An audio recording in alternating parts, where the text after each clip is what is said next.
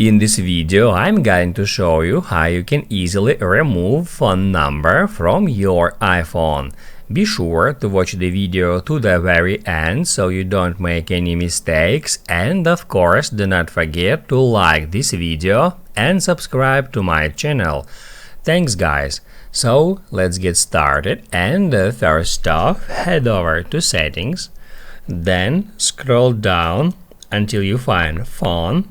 Tap on it, then tap at my number, and that's where you can remove your phone number. You can just delete current phone number and then hit add save, or you can type in here new phone number and hit add save. Also, I recommend you to get into messages, then send and receive.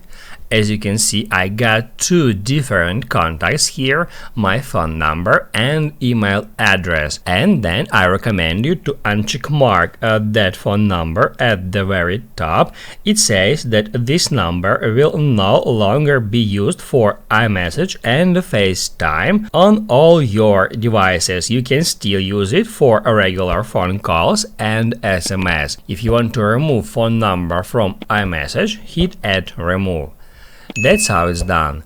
Now you can write down in the comments below if you have any questions about the tutorial. Hit the like button if you liked that video, and see you in the next one.